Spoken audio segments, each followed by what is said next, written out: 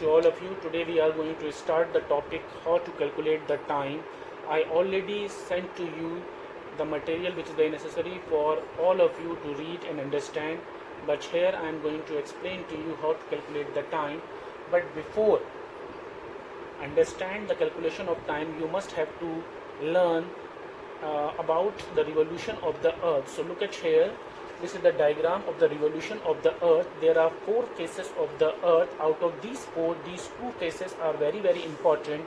This phase is called winter solstice in the month of the December 21 or 22, and this phase is called the summer solstice in the month of the 21st or the 22nd June. And these 2 phases called the equinox. It means 12-hour day, 12-hour night. Why it is very important to understand? Because most of the time when somebody have asked you why season is changing, students give the simple answer because of the revolution. No doubt it is partially true, but it's not absolutely true. We are observing the different types of season because of the revolution of the earth and the tilt of the earth, that is 23.5 degree. This is very important. If this tilt is not being there, then it means we have not experiencing any season. Look at here this diagram. From 0 degree to north is called northern hemisphere, and from 0 degree to south is called southern hemisphere.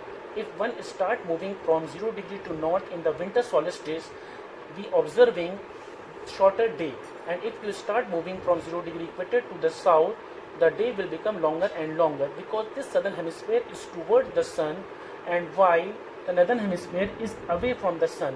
That's why the duration of the day becomes shorter and shorter.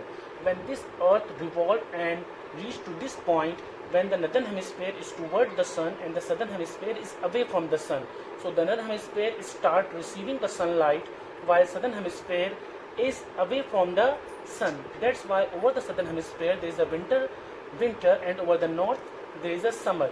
It means if you start moving from equator toward the north, the day become longer and longer, and in the southern hemisphere the day becomes shorter and shorter.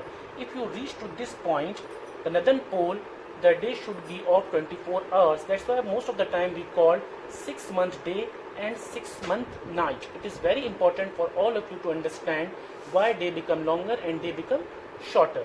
So this is a short video to understand about the revolution